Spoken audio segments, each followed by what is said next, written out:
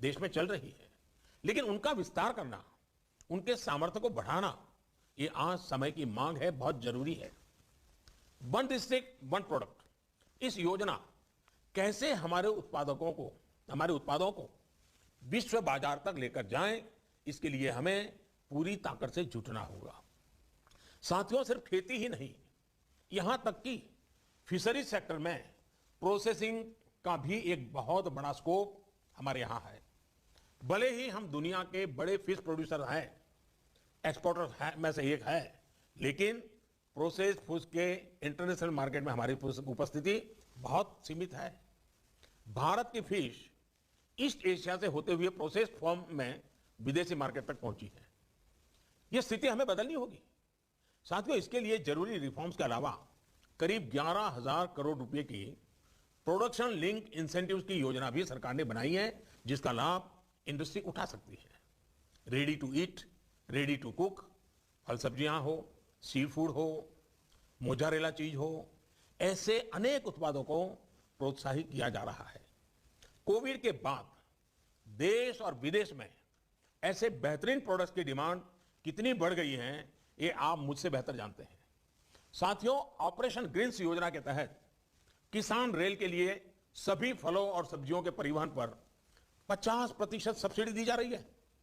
किसान रेल भी आज देश के कोल्ड स्टोरेज नेटवर्क का सशक्त माध्यम बनी है।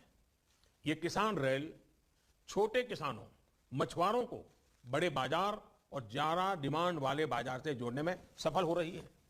बीते 6 महीने में ही करीब 350 किसान रेल चलाई जा चुकी हैं और इनके जरिए करीब करीब 1 लाख मेट्रिक टन फल और सब्जियां ट्रांसपोर्ट की जा चुकी है।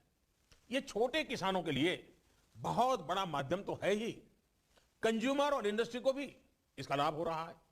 साथियों, देश भर के जिलों के बीच में वहां पैदा होने वाले फल सब्जियों की प्रोसेसिंग के लिए क्लस्टर्स बनाने पर बल दिया जा रहा है।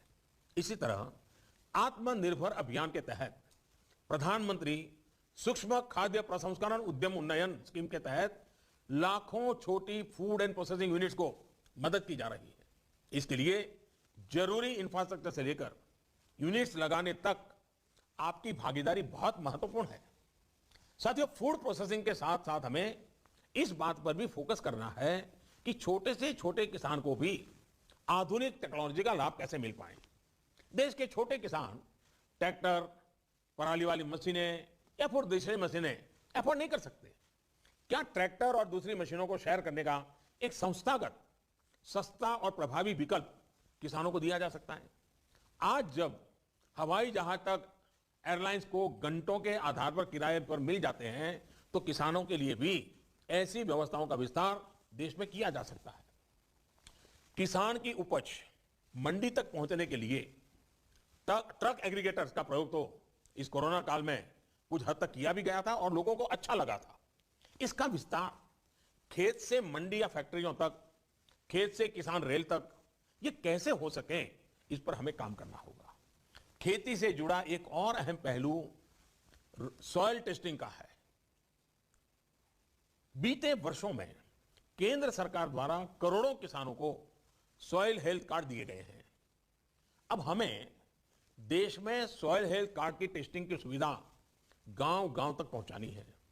जैसे ब्लड टेस्टिंग की लैब्स होती हैं, पैथोलॉजी लैब होती हैं, उनका एक नेटवर्क होता है, वैसे ही हमें सॉइल टेस्टिंग के लिए भी करना है और उसमें प्राइवेट पार्टी बहुत बड़ी मात्रा में जुड़ सकती है। और एक बार सॉइल टेस्टिंग का नेटवर्क बन जाए और किसान को सॉइल टेस्टिंग की आदत हो जाए, उसके अपने खेत की जमीन की सेहत कैसी है, उस जमीन के प्रति उसके अंदर जागरूकता आएगी, तो उसके सारे निर्णयों में बहुत बड़ा बदलाव आएगा। देश के किसान को जितना ज्यादा अपनी मिट्टी की सेहत के बारे में पता रहेगा, उतना ही अच्छे तरीके से वो फसल के उत्पादन पर प्रभाव पैदा करेगा। साथियों, एग्रीकल्चर सेक्टर में R&D को लेकर ज्यादातर योगदान पब्लिक सेक्टर का ही है।